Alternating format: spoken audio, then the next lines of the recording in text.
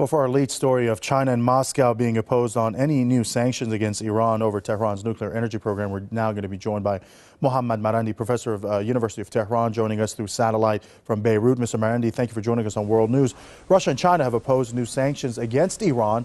Do you think this will foil efforts by the U.S. and its allies to impose new sanctions? Well, it's not completely clear. Obviously, the Russians have taken a very firm stance in this regard. In fact, the Russians have said that this report was written specifically to give a guilty verdict, to make Iran guilty. It's heavily politicized, and the Chinese also alluded to it as being unobjective.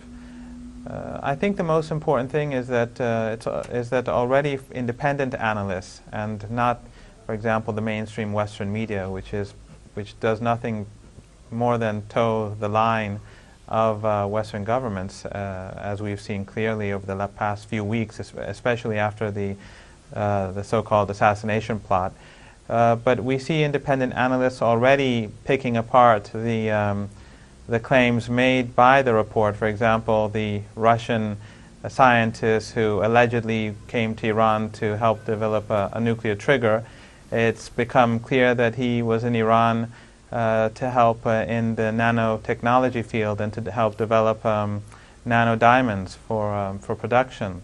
So the report is, I think, clearly discredited in the eyes of world public opinion, and despite Western efforts and the efforts of the corporate media, people are highly skeptical. So I think it's going to be very difficult for the Europeans and the Americans to take this much further.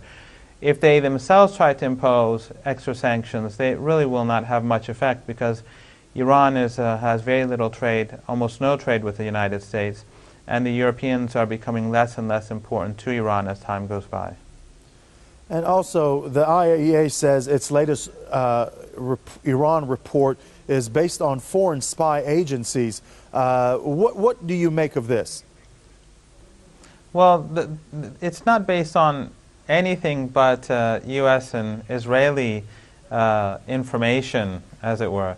None of the information is new. This is all very old data.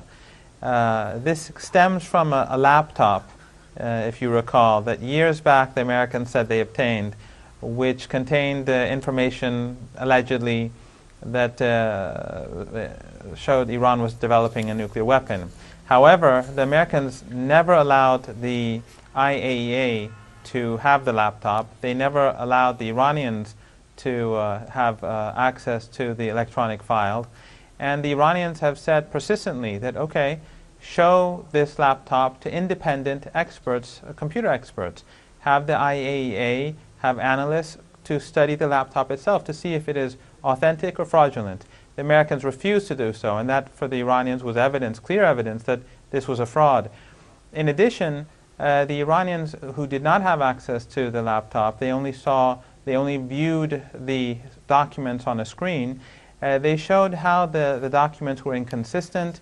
Many of them, the Persian, the way in which the documents were designed were clearly incorrect, and they did not reflect how Iranian bureaucracy and how Iranian documents are produced. And it was clear at all levels. A fraud set of documents produced by the Americans. The Iranians gave a 117-page report in response to show that it was a fraud. And the IAEA at the time, they accepted it. And Mr. al-Bara, they consistently said that he is very wary about the authenticity of these documents. But unfortunately, Mr. Amano, who, as we see in the WikiLeaks documents, he's very much in the hands of the United States. He went completely against what his predecessor did, and basically wrote a document that was what the Americans wanted.